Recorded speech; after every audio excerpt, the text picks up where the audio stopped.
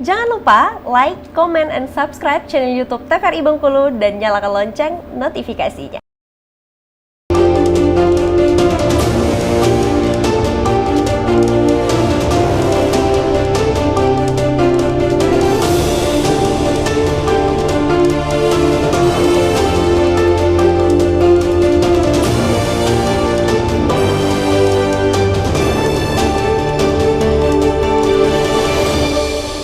Ya pemirsa, terima kasih Anda masih bersama kami dalam Berendo. Nah, kita tadi jeda dulu ya Pak ya, Bapak bercerita ini sedikit memberi bocoran terkait film berikutnya. Mungkin bisa dijelaskan lagi Bapak, silakan.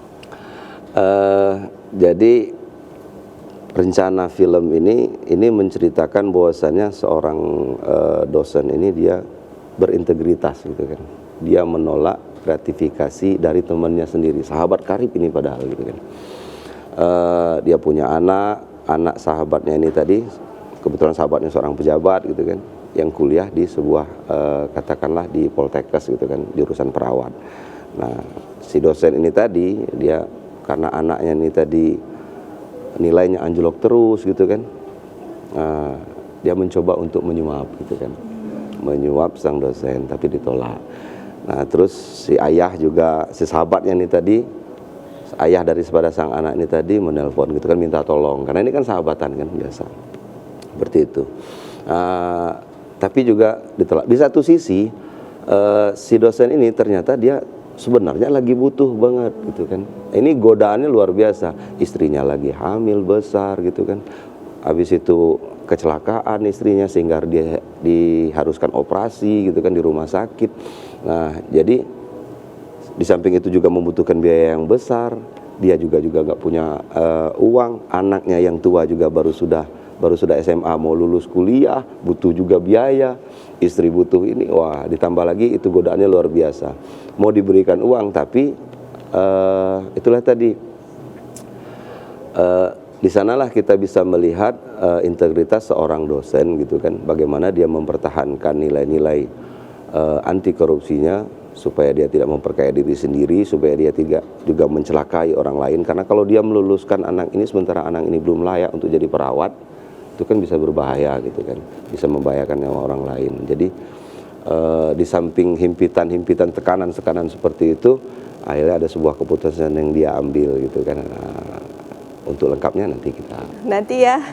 Bikin penasaran sekali. Betul. Bapak, luar biasa. Bagaimana endingnya nanti kita lihat gitu. Baik, dan pemirsa di rumah juga tentunya bisa ya untuk menyaksikan itu nanti saat sudah Insya Allah kalau TVRI mau menayangkan boleh, nanti kita lanjut lagi Bapak, luar biasa. Betul. Nah Bapak, ini saya mau beralih dulu ke Mas Randi ini.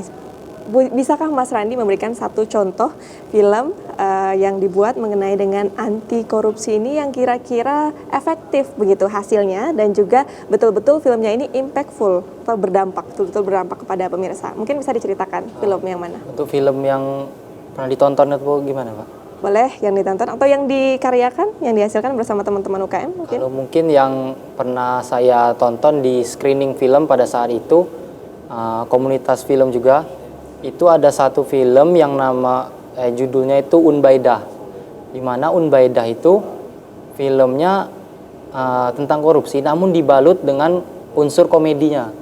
Ada unsur komedinya yang tujuannya kalau menurut saya itu agar pesannya itu bisa relatable ke masyarakat dan juga tidak terlalu monoton dibungkusnya.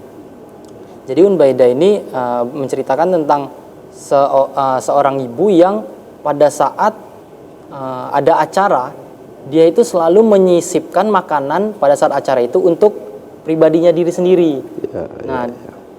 Itu kan kegiatan atau perilaku korupsi yang tidak disadari oleh masyarakat awam gitu. Padahal setiap hari ya mungkin kita semua melakukan itu. Cuman itu emang tindakan korupsi juga. Iya benar. Jadi ya film itu memang relatable dan juga dibungkus secara komedi. Jadi yang nonton itu tidak bosan dan ngena gitu. Jadi wah saya kayaknya ngelakuin ini juga pada saat itu. Gitu. Betul. Jadi ada genre-genre yang bikin ketawa begitu ya, yang lucu-lucu begitu ya, luar biasa. Nah, ini Julia mau beralih ke Pak Hendri lagi, ini terkait yang memproduksi, yang pernah dan akan, gitu, Pak. Nah, ini bagaimana sih Bapak memilih genre? Karena kan pesan ini nantinya akan disampaikan ke berbagai kalangan tuh, bisa anak gitu, bisa remaja, bisa dewasa, muda, tua, bisa kakek nenek begitu. Karena ini menurut Bapak sendiri sebelum ke sana ini perlu diajarkan sejak kapan Bapak? Untuk menanamkan nilai-nilai anti korupsi ini seharusnya sejak dini ya. Sejak dini udah bisa. Iya. Jadi bahkan ini kalau cita-cita saya pengennya sih dari film kartun gitu kan. Luar biasa. Jadi anak-anak kecil sekarang kan main-main gadget itu kan luar biasa. Yang scroll TikTok, YouTube segala macam kan, itu luar biasa. Nah, ada baiknya kita menggaungkan itu gitulah, membumikan anti korupsi misalnya kan, atau yang anti-anti lainnya misalnya anti narkoba termasuk juga seperti itu kan. Itu kita buat sebuah film pendek yang kita muncul-munculin nanti. Ini pasti ada kerjasamanya dengan pemerintah. Saya yakin Kominfo bisa lah, Kementerian Kominfo ya, bisa lah dia meng-cut semua itu untuk membuat sebuah, untuk negeri ini supaya lebih baik. Nah jadi ada pengajaran-ajaran yang edukasi sejak dini, kita menanamkan nilai-nilai integritas, nilai-nilai anti korupsi gitu kan, kepada adik-adik kita. Anak saya yang umurnya 6 tahun, 7 tahun kan hobinya nonton film kartun ya kan. Kalau setiap pagi mau setiap sarapan itu mohon maaf ini Pak Upin Ipin gitu kan. Oh iya. Iya. Itu kan ini kartun yang paling relevan menurut saya kan ketimbang yang lain. Ketimbang yang lain ini kan banyaknya animasi yang menurut saya kurang mendidik lah. Nah, tapi kalau yang ini masuk dia masuk, maksudnya ada ajaran-ajaran norma-norma yang diajarkan di sana, seperti ucapan kata assalamualaikum atau katanya kan gitu kan, itu ditiru loh. Nah kalau misalnya kita membuat sebuah film gitu kan tentang penyuluhan anti korupsi yang kita kemas dalam sebuah film kartun atau seperti apa itu, yang kita tanamkan di situ nilai-nilai anti korupsi, nilai-nilai integritas, kedepannya mudah-mudahan ya, karena itu tertanam sejak dini, mudah-mudahan itu bisa menjadi sebuah pelajaran penting yang nantinya begitu dia dewasa dia akan terkenang terus dan akan terus tetap menjaga integritasnya untuk tidak korupsi gitu, seperti itu. Artinya sudah tertanam dalam diri dia ya Pak, bahwa perilaku itu tidak baik. Betul. Begitu. Baik, luar biasa. Nah kita beralih lagi ke Randi ini selaku pelaku ya dari seni film sendiri ya, khususnya ini untuk film anti korupsi begitu. Nah kalau Randi melihatnya ini cerita fiksi misalnya tadi mungkin yang Pak Hendri sampaikan dibuatkan film kartun katakanlah begitu ya. Nah ini apakah menurut Randi sendiri efektif ini untuk di kalangan usia berapa kalau untuk pembuatan filmnya? Kalau untuk yang genre yang fiksi ya Pak ya. Ya. Kalau yang fiksi sendiri itu kan ada keunggulannya yang dimana dia itu bisa membangkitkan emosional atau suasana hati para penonton gitu ya.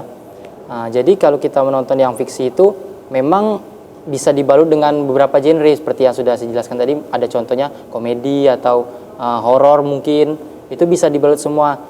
Tapi kalau memang untuk usia, untuk yang fiksi itu menurut saya bisa ditontonkan atau diperlihatkan ke, ya betul kata Pak ini tadi, dari usia dini bisa, tapi harus ada beberapa sensor atau beberapa pemeriksaan scene atau beberapa adegan-adegan yang mungkin kurang ini bisa disensor atau gimana.